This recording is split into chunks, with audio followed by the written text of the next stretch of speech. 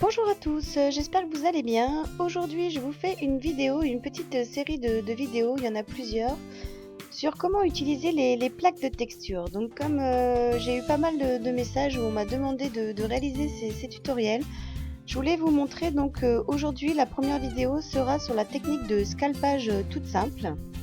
Comme vous pouvez le voir, il existe énormément de plaques de texture.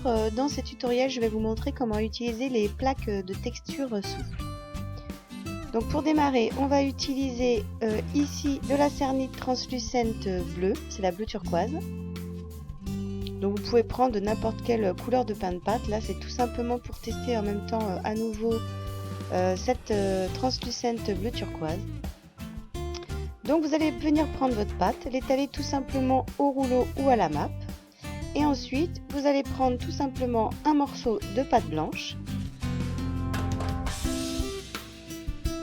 Mais comme je vous dis, vous pouvez utiliser les couleurs que vous voulez. Donc on va venir superposer les deux plaques l'une sur l'autre.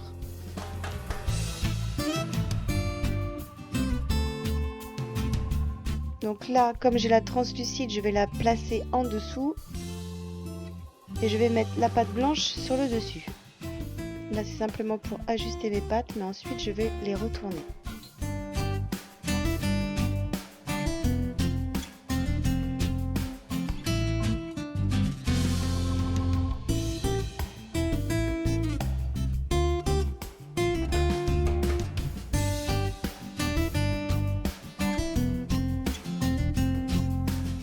Voilà, donc j'ai mis ma translucide en dessous, ma pâte blanche sur le dessus.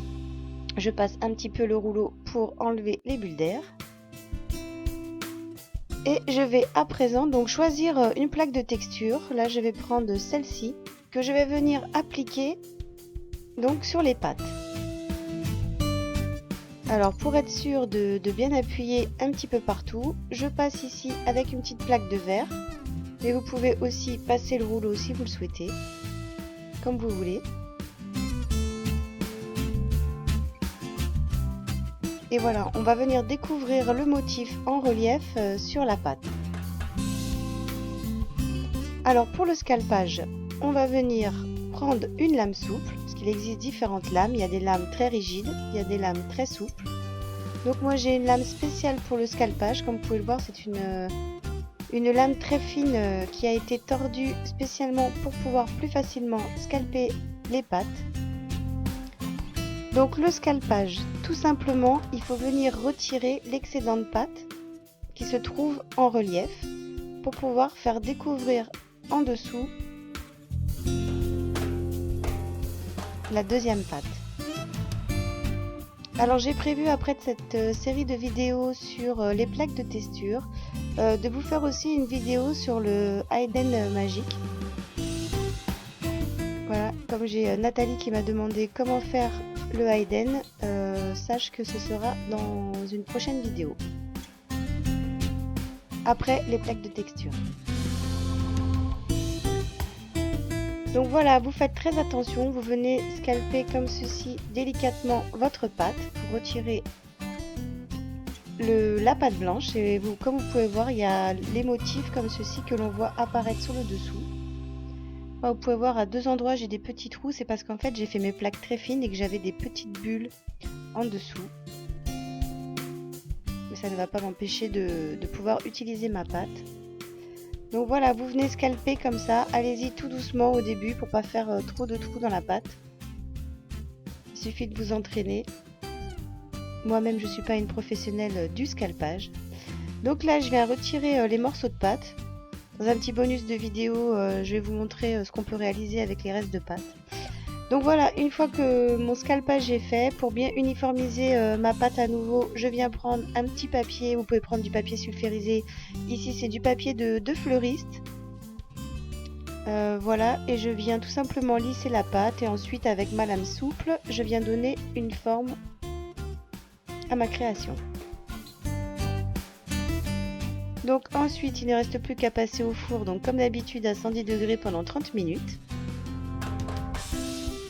Et voilà pour le résultat avec la translucente bleu turquoise. Voilà ce que ça donne.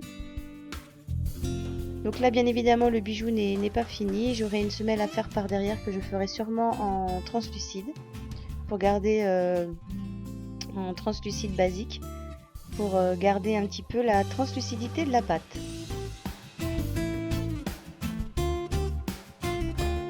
Donc avant de vous montrer toutes les autres résultats des vidéos qui sont à venir sur la chaîne, je vous ai fait un petit bonus comme du coup je l'ai filmé sans faire exprès, donc du coup autant vous les présenter.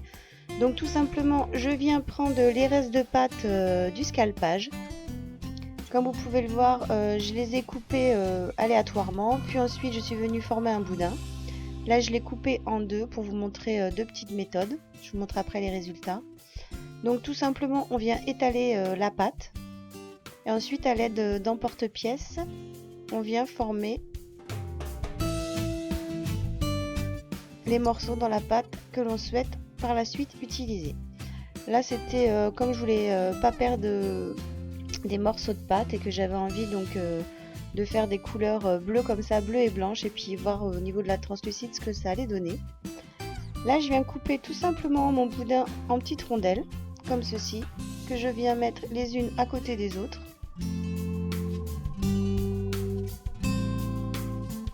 Tout simplement.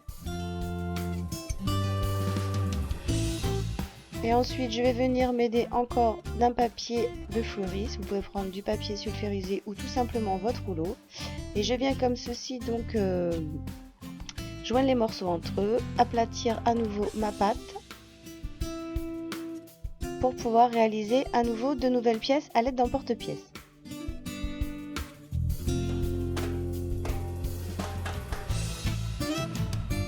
Voilà, donc là je viens former mes pièces et je vous montre ensuite le résultat.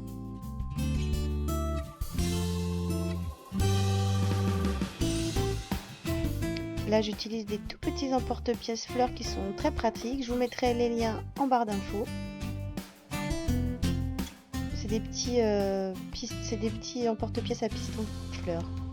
Voilà pour le résultat. Donc une fois les pâtes cuites, comme vous pouvez voir le résultat est assez sympathique avec la couleur bleue translucente.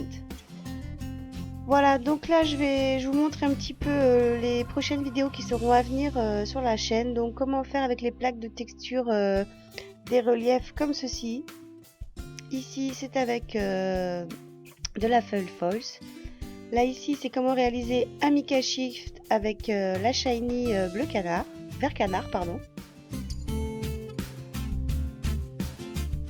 Et ici avec la shiny rouge.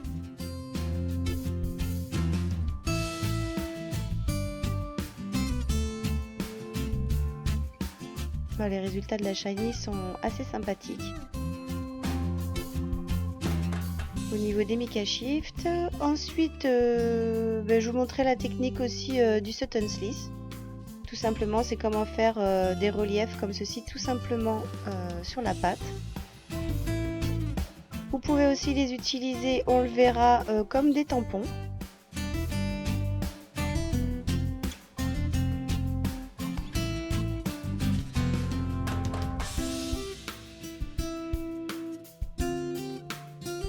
Et je vous montrerai aussi qu'on peut faire pas mal de textures. Je vous ai déjà fait une vidéo dessus, mais tout simplement sans plaque de texture en utilisant différentes techniques. Voilà pour ces vidéos, j'espère que ça vous a plu et je vous donne rendez-vous très bientôt pour la suite des vidéos sur les plaques de texture. Je vous dis à bientôt, ciao!